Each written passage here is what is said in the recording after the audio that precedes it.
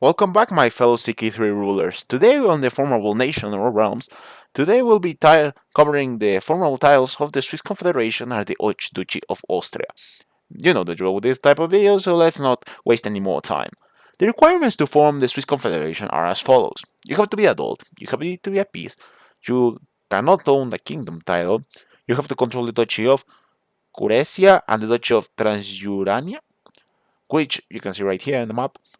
Your liege must own an empire, and your level of fame must be a level 3. You also have to be from either from a Central Germanic culture group, this is Alpine, a Frankish, Italian, Lombard, or of a Occitanian culture group.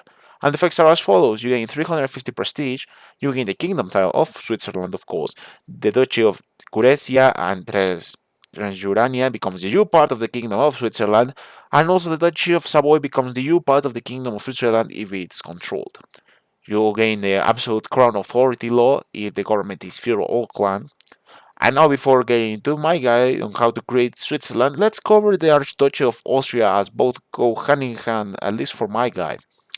So the requirements to form the Archduchy of Austria are as follows. You have to be an adult, you have to be at peace, you have to control the region of Austria, which you can see right here. You have to be from the same faith as the emperor. You have to be from and you have to have either two things. Either you have to be from the same dynasty as the emperor or have a strong hook on the emperor. And of course you have to be from a vassal of the Holy Roman Empire. Your level of fame must be a level 3 and you can't have a kingdom title. This last requirement is important, but yeah, I'll explain it later on. You will see why it's important. And the effects are as follows. You gain 350 prestige, you gain the Archduchy of Austria title, you gain the primogeniture law, and if you know what that law means, it's magnificent. The Duchy of Austria becomes the new part of the Archduchy of Austria, and the Duchy of Carinthia becomes the new part of the Archduchy of Austria if controlled. And if you see right here, like I said, you'll see that this is one of the two decisions in the game that can get your primogeniture before reaching medieval age. The other one being restore the Carolingian borders, which is harder than to do this.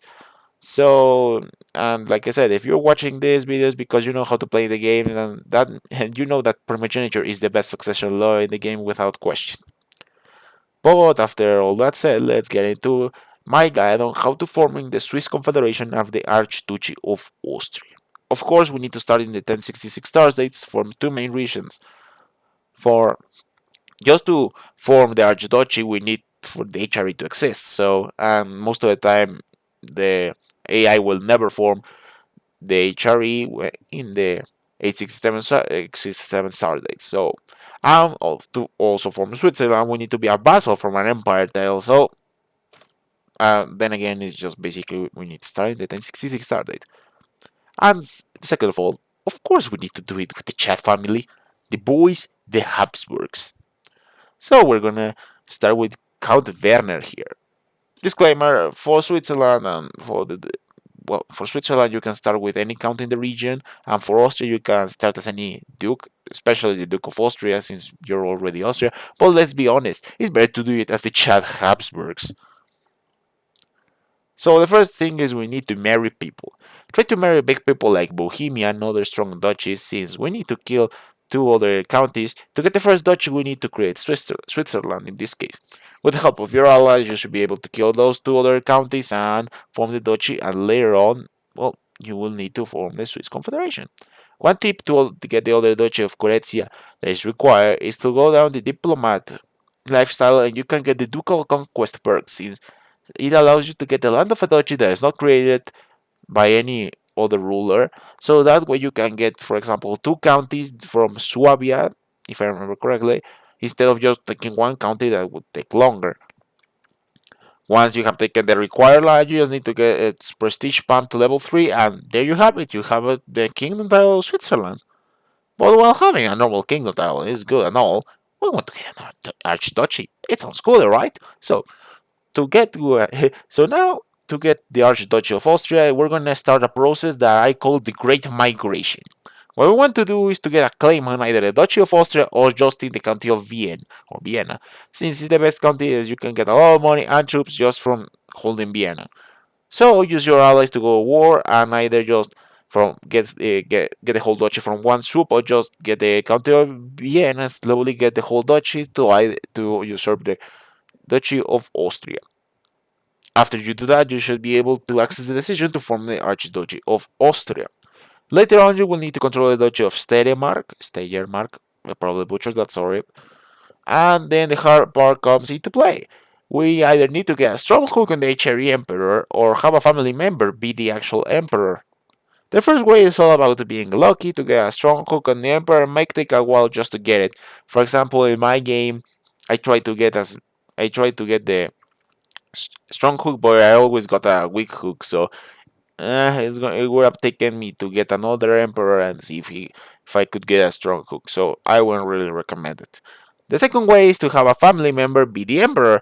So in a way, you can have a family member be become the emperor through an election system, but or also be that they have a claimant faction and put him into power, but that's also hard to do since getting him the claim and getting him to go through the election system is going to be a hard thing to do and based on luck. So let's do it in a third way. I didn't mention that it said that the requirement said you can't be a king, but it does say we couldn't be an emperor. So what we're going to do is we're going to get a claim to the HRE throne by either using the meritocracy perk or asking the Pope to get the claim. We will create our faction claimant and try to recruit everyone you can get onto the faction. Also, you will need to get some allies and save a lot of money since we'll be buying those mercenaries.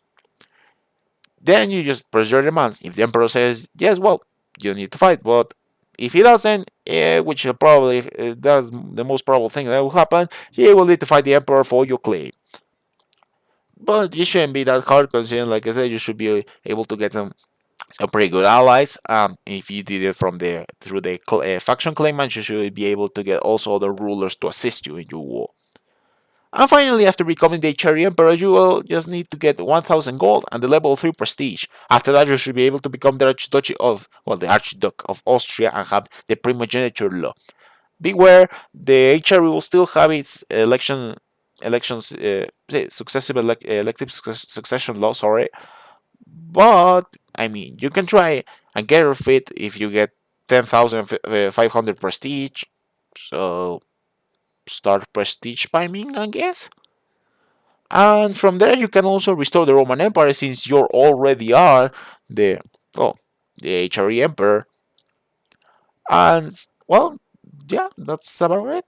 You now get a new primogeniture law, and if, yeah, like I said before, if you manage to destroy the law, then if I remember correctly, the primogeniture law will pass to the HRE, so you will have primogeniture on the HRE. That's that's a pretty good deal if I might in my book, if I'm totally honest. But well, that's another thing. I hope you enjoyed the video. Leave a like, subscribe, and comment down below as this helps my videos reach a wider audience. This was the Factus Expert, signing off.